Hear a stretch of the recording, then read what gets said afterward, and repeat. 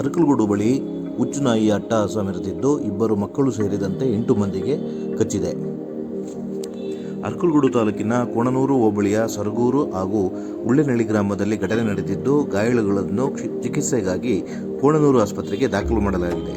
ಅಗತ್ಯ ಕ್ರಮಕ್ಕಾಗಿ ಸರಗೂರು ಗ್ರಾಮದ ರಘು ಅವರು ಅಧಿಕಾರಿಗಳ ವಿರುದ್ಧ ಆಕ್ರೋಶವನ್ನು ವ್ಯಕ್ತಪಡಿಸಿ ಕ್ರಮಕ್ಕಾಗಿ ಒತ್ತಾಯ ಮಾಡಿದ್ದಾರೆ.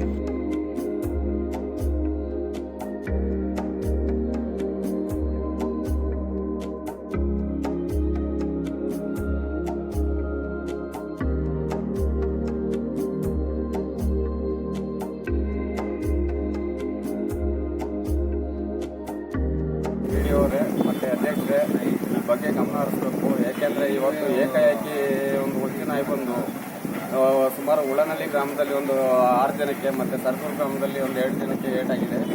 ದಯವಿಟ್ಟು ಇದ್ರ ಬಗ್ಗೆ ಗಮನ ಹರಿಸಬೇಕು ಅಂತ ತಿಳ್ಕೊತೀನಿ.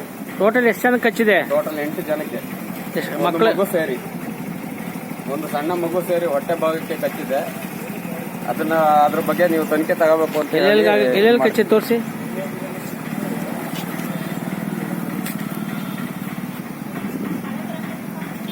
ಇದರ ಬಗ್ಗೆ ಆದಷ್ಟು ಬೇಗ ತನಿಖೆ ತಗೋಬೇಕು ಅಂತ PDO ಅವರಲ್ಲಿ ಮತ್ತು ಅನ್ಯ ಅಧ್ಯಕ್ಷರಲ್ಲಿ, ಗ್ರಾಮ ಪಂಚಾಯತ್ ಅಧ್ಯಕ್ಷರಲ್ಲಿ ಮನವಿ ಮಾಡ್ಕೊತಾ ಇದ್ದೀವಿ.